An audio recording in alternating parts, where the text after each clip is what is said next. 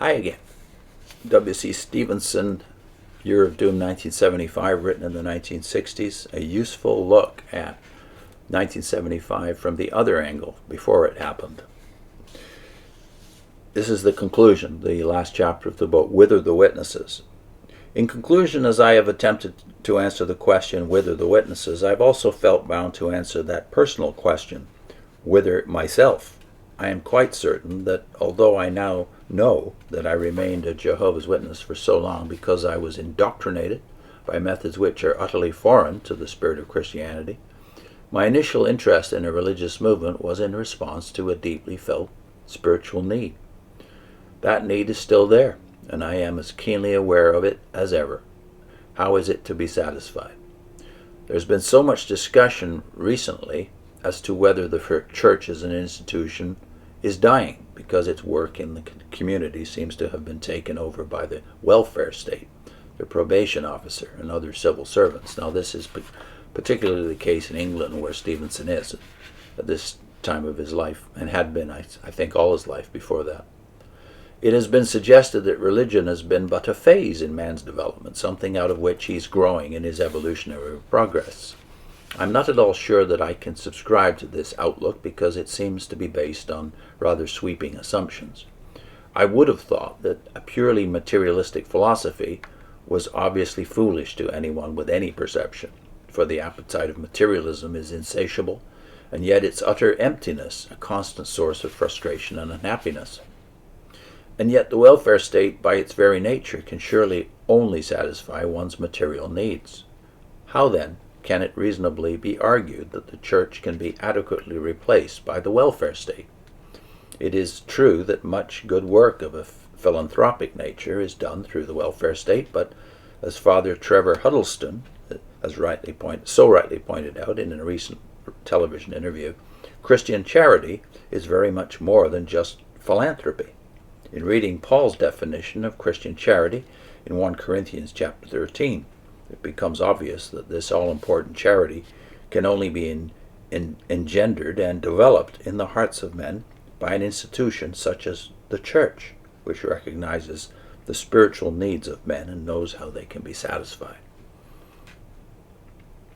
This, by the way, has been recognized by non-Christians recently, and some of them, the more famous ones, of course, those who make no claim to be evangelical Christians, Jordan Peterson, Tom Holland, and Douglas Murray, see the value of Christianity in a way that was not recognized in the 1960s. So it's great that Stevenson can see that. Even though he's so recently out of the Watchtower at this point, he can see the value of the church in the way of showing Christian love in a practical way. But in accepting the meaning of spiritual values and the role that a religious organization can play in enhancing one's appreciation of such values, I'm quite sure that one does not need to bow to the authority of an all-demanding, militant church or society, and I'm equally sure that in answering the question, whither myself, I could never again accept the imperious voice of an authoritarian religious regime. For after one has directed every step of one's way, according to such a voice, it is most difficult not to hear the echo long after one has ceased to associate with the regime.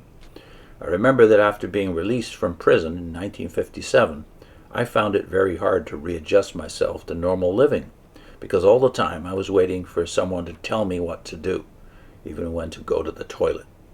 This may sound strange, but anyone who has suffered imprisonment will know what I mean, and at the same time realize the importance of prison aftercare.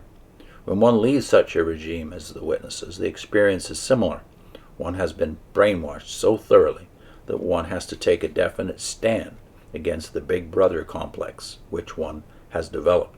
I have perhaps been fortunate because I had some very good aftercare from friends who in time of difficulty proved that they were real friends.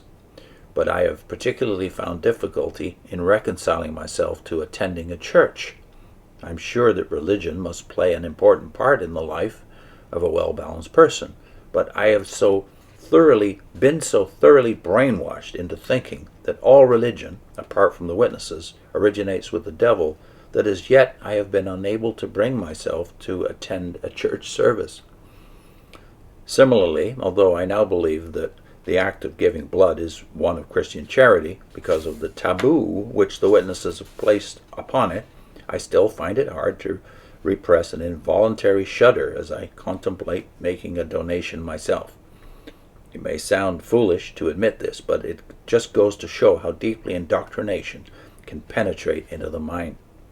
The only answer, of course, is to take oneself to task, to rationalize the matter, to reason on it with oneself, and to take a definite stand against thoughts and feelings which one knows to be bigoted and wrong. Resist the devil and he will flee from you is a wise scripture and a comforting one.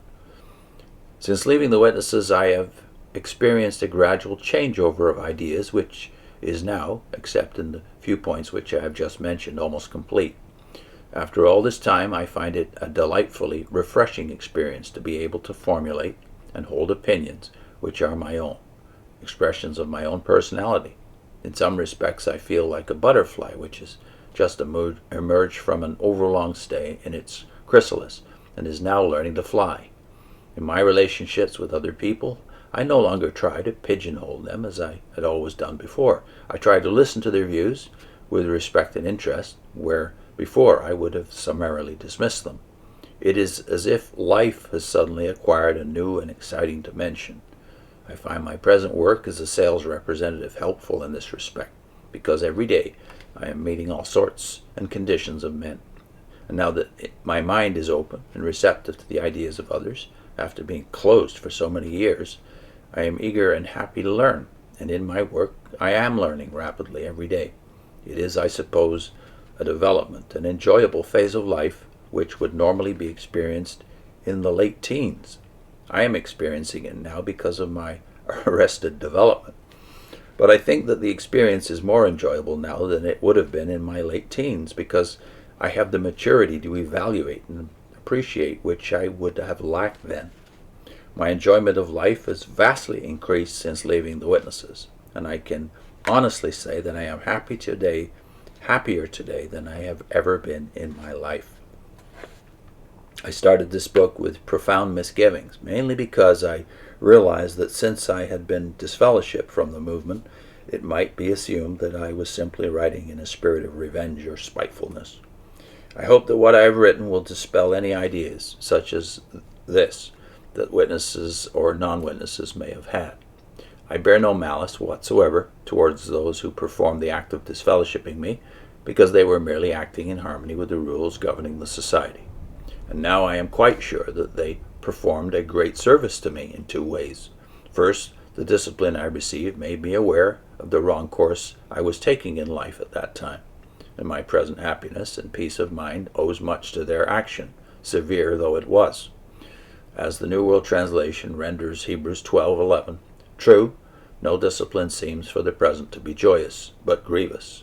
Yet afterward to those who have been trained by it yields peaceable fruit. And second, by cutting me off so completely from the movement, they gave me the opportunity of looking at the organization in a new light, from the outside looking in rather than from the inside looking out.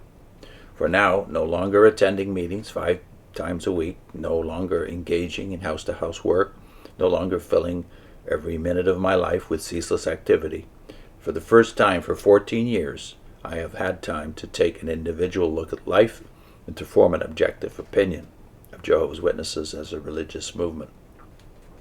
The conclusions I have come to are the substance of this book, which I have written in the hope that it will prove helpful to all those who have had some experience or contact with this religious organization.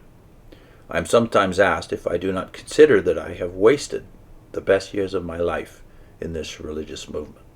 I suppose that I could easily look on the negative side of the matter and accept this outlook. But I always answer, I think sincerely, no. If this book, which contains a record of these years of my life, performs a useful service in giving an objective view of this religious movement, then the past 14 years will not have been a waste of time at all. They will have been most valuable. And then he has at the end of the book a list of the publications of the society up to the mid-60s and a bibliography, which in those days was very limited. in terms of what was available, certainly written by ex-witnesses.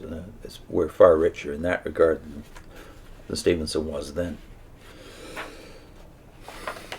I'm going to put a link in to what Ray Franz had to say about 1975, written, of course, on the other side of 1975, and add some of my own comments about what I went through personally as a pioneer back in those days, that compares with Ray Franz's reactions. So Ray Franz and David A. on 1975. And also put in the playlist we now have, which is up to about, let's see, maybe 100 videos by now on Crisis of Conscience, the book. We're not finished with it yet. We started at the end with the 1975 debacle, and now we're started at the beginning again. So there's still plenty of chapters and videos left to be done. So Ray Franz and David A. on 1975, and the Franz Crisis playlist on your screen. See you soon.